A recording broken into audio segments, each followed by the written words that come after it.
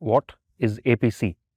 APC, known as adverse press coverage, or also known as adverse news or negative news, is a check or a watch list that you trigger at the time of onboarding or for continuous monitoring for anti-money laundering and financial crimes compliance use cases. And the reason why you do that beyond just the clear regulatory requirements is because there could be certain indicators of potential risks, reputational risks associated with a customer or a company that you're trying to onboard or do business with that maybe you don't get to know from many of the other watch lists like sanctions or PEPs and others. Here are 3 misnomers related to APC.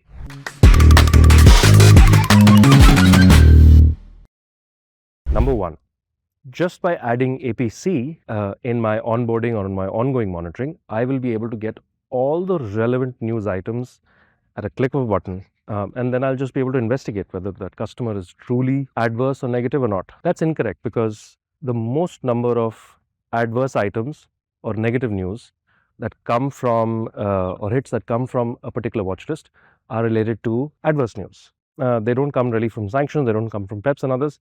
It's really from adverse news. And the reason for that is you've got really no identifiers in an article. It's difficult to make sense of it at a machine level if you're doing a Boolean search. And even if you apply machine learning logics, you can get many hits incorrectly identified.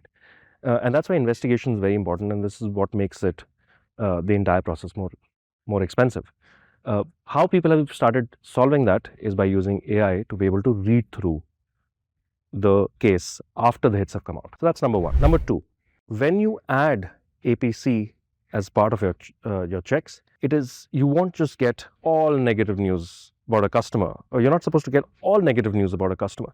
It's only for those events and for those articles that are relevant from a money laundering or a fraud or financial crime point of view. There are some very clear norms and laws around this and standards around this across the world. They're best encapsulated using the 22 predicate offenses as defined by the AMLD.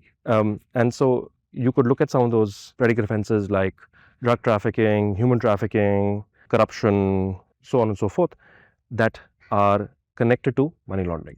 And so when your provider offers you adverse news as an input, or you are looking to add this as part of your AML program, you have to make sure that you don't get all adverse news or all negative news, just those related to the AMLD 6 22 predicate offenses or as defined by your regulator. Number 3, and this is the most important one because it has to do with a certain nuance, and this is the misnomer is, do I need to use adverse news or negative news for all of my customers all the time? And the reason why that's incorrect is because that really depends on your risk policies, it depends on the regulator, it depends on really the cost and the amount of resources you're willing to put into the overall AML program, because of the first point that I'd mentioned, which has to do with the number of false positives, potential number of false positives that you can get, the amount of processing power that your system will take if it has to process all these adverse news and negative news, and because you have to then deal with the investigation and outcome